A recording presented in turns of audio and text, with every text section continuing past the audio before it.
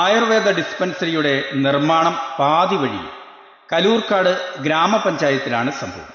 കലൂരിൽ പുതിയതായി നിർമ്മാണ പ്രവർത്തനം നടന്നു വന്നിരുന്ന ആയുർവേദ ഡിസ്പെൻസറിയുടെ നിർമ്മാണ പ്രവർത്തനമാണ് ഒരാഴ്ചയായി മുടങ്ങിയിരിക്കുന്നത്. MP ഫണ്ടായ 15 ലക്ഷം രൂപയും CSR ഫണ്ടായ 30 ലക്ഷം രൂപയോളം ഉപയോഗിച്ചാണ് കഴിഞ്ഞ 2023 ജൂൺ 26 നിർമ്മാണ പ്രവർത്തനം തുടങ്ങിയത്. എന്നാൽ ലഭ്യമായ തുക ഇതുവരെ ചിലവഴിച്ച് കഴിഞ്ഞതിനാൽ നിർമ്മാണ പ്രവർത്തനം നിലച്ച നിലയിലുമാണ്. പൂർത്തീകരിക്കാനുള്ള തുക കണ്ടെത്താതെയാണ് പ്രവർത്തനം ആരംഭിച്ചിരിക്കുന്നത് എന്ന് തുടക്കത്തിലെ വൻ ചർച്ച ഉയർന്നിരുന്നു. ഇനിയും വൻ തുക കണ്ടെത്താതെ നിർമ്മാണ പ്രവർത്തനം പൂർത്തീകരിക്കാൻ കഴിയില്ല.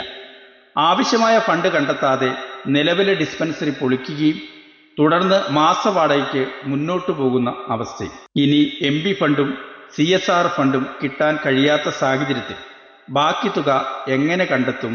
ആര് നിർമ്മാണ പ്രവർത്തനം പൂർത്തീകരിക്കും? News desk, Kaloor.